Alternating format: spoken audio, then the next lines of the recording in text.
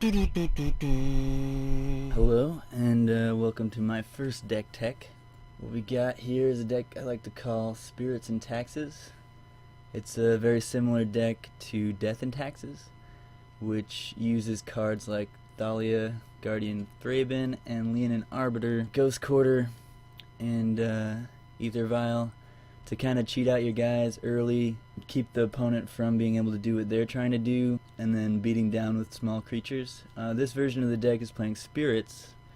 Cards like Mausoleum Wanderer, Rattlechain, Selfless Spirit, Drogskell Captain to give all your spirits hexproof and +1/+1, and then the best spirit, Spell Queller, which serves as a counter spell plus a 2/3 flyer. Really nice. Also plays really well with the Drogskell Captain, which gives it hexproof. So is Rattlechains, and then Selfless Spirit can make it indestructible. Just making sure they can't get that spell back after you counter it is really nice. It's also playing a couple non-spirits in Reflector Mage, and you don't want to draw too many Geists in certain matchups. So I'm only playing 2, but obviously the card's very powerful. One of the best interactions in any Death and Taxes deck, in Modern at least, is Strip Mine, which is includes Leonin Arbiter with Ghost Quarter, and opponent having less than 2 mana untapped.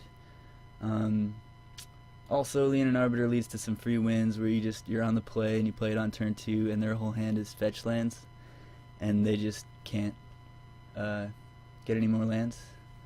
Really nice. Get some free wins with that. Thalia also gives you some free wins, or at least makes it way harder on the opponent. I'm only running 3 Thalia in this version because she is legendary, and I wanted to make room for more spirits.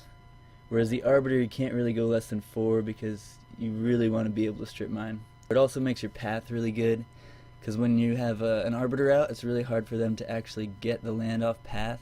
In the sideboard we have Eidolon of Rhetoric, which is a card that I've been pretty impressed with. It's a spirit, which is nice. It also turns off Snapcaster. It turns off Storm, obviously can't really go off. Living End, can't do their thing. It's really good against Ad Nauseam. It's, really good against combo in general. Spirit of the Labyrinth is also a spirit, and it stops cards like Serum Visions, and then also it comes in against combo decks where you just need another body. Spellskite is another one of in the sideboard. Great against Infect, Burn. Affinity, it's good because their Ravager can't do its modular thing. You can just target Spellskite.